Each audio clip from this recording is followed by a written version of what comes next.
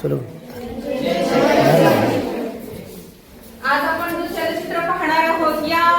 छोट्याशा चलचित्रामध्ये महाराजांचा जन्म ते महाराजांचा राज्याभिषेक इथपर्यंत सर्व माहिती या चित्रपटामध्ये आपण दाखवलेली आहे आणि वेगवेगळे किल्ले आपण याच्यामध्ये पाहायचे आहेत आणि खरं तर वेगवेगळ्या खिंड्यांमध्ये त्यांचे सरदार कसे लढले, त्यांनी काय हत्यारं वापरलेली आहेत, दानपट्टा कसा वापरलेला आहे, तलवार कशी लढताना वापरलेली आहे, हे सगळं गोष्टी तुम्हाला या पिक्चर मध्ये पाहायला मिळणार आहेत आणि आपल्या महाराजांचा राज्याभिषेक कसा झाला या सुद्धा गोष्टी तुम्हाला पाहायला मिळणार आहेत. एकामागून एक किल्ले जसे जसे याच्यामध्ये दाखवले गेलेले आहेत तसे तसे तुम्ही ते लक्षात ठेवायचे, कारण तुम्हाला बाहेर गेल्यानंतर या सर्व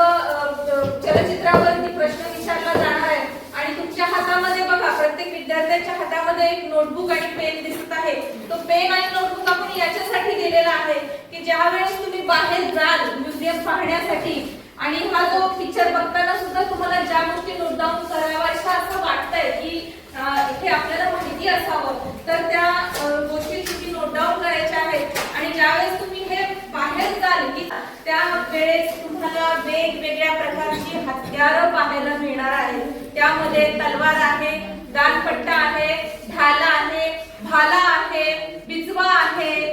वेगवेगळ्या प्रकारची शस्त्रे, बाण आहे, अशा वेगवेगळ्या प्रकारची शस्त्रे तुम्हाला पाहायला मिळणार आहेत आणि ती शस्त्र कशा पद्धतीची आहेत, त्यांची नावं काय आहेत, त्याला काय काय नावाने संबोधलं जातं, हळूहळू त्याच्यामध्ये काय इम्प्रूव्हमेंट झालेली आहे हे सुद्धा तुम्हाला तिथं नीट निरीक्षण करायचं आहे. आता या आधीची मुलं लहान होती, त्यांना एवढं मी नीटमध्ये नाही सांगू शकले, पण आता तुम्ही मोठी मुलं आहात, तर मोठी मुलं असतात त्यावेळेस तुम्हाला हे मराठी शब्द पण तिथे लिहिलेले सगळे वाचता येतात आणि हे शब्द वाचता वाचता ते शब्द त्यांना ते नाव का दिलेले हा सुद्धा डोक्यामध्ये विचार घ्यायचा आहे. काही तलवारींना खाली पकड मूठ आहे तिथून असं थोडस इथे असं डिझाईन का दिलेली आहे, का तर समोरून वार केल्यानंतर बोटं तुटू नये म्हणून दिलेली आहे. तेच त्या महाराष्ट्रीयन तलवारी आहेत, मराठा तलवारी आहेत, पण काही तलवारींना हे असं प्रोटेक्शन दिलेलं नाही कारण त्या मुघलांच्या तलवारी आहेत. असे असे तलवारींमध्ये सुद्धा फरक आहेत. त्याच्यामध्ये हळूहळू बघ ब्रिटिश काळामधल्या ज्या तलवारी आहेत त्याच्यामधले डिझाईन कसे आहेत, त्याच्यामध्ये बदल कसे काय झाले, तर ह्या सगळ्या गोष्टी लक्ष देऊन पाहायच्या आहेत, नोट डाऊन करायच्या आहेत आणि मनामध्ये जे जे काही प्रश्न तुम्हाला उत्पन्न झालेले आहेत ते प्रश्न तुम्ही बाहेर सरांना विचारू शकता. वेगवेगळ्या युद्धा कला कशा कशा लढल्या जातात, कशा पद्धतीचा त्याचा वापर आपल्या जीवनामध्ये केला जातो याची माहिती सर बाहेर सांगणार आहेत आणि यानंतर या आपल्या एक दिवसीय ह्या 2 दिवसाच्या म्युझियमच्या सेशन नंतर आपण शाळेमध्ये एक प्रकारचे ट्रेनिंग ठेवणार आहोत की त्या ट्रेनिंग मध्ये तुम्हाला सुद्धा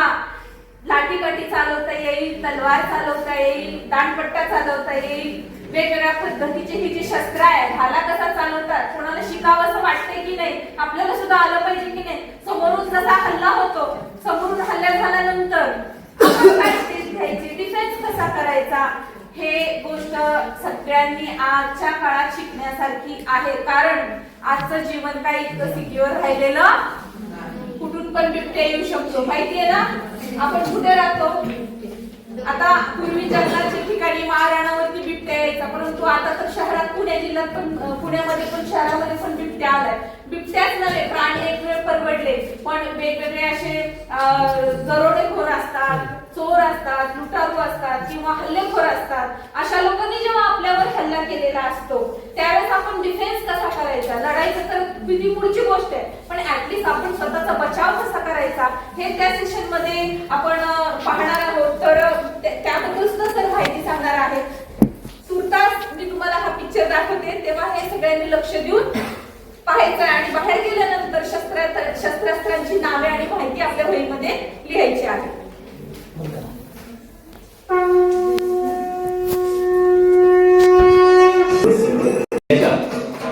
वायुव्येकडील जुन्नर तालुक्यातील हा किल्ला, या किल्ल्यावर जाण्यासाठी पूर्वेकडून कडे मार्गाने साखळदंडाच्या आधारे चढण करू शकतो. तर या किल्ल्याचे मुख्य प्रवेशद्वार दक्षिण दिशेस असून जवळच शिवाई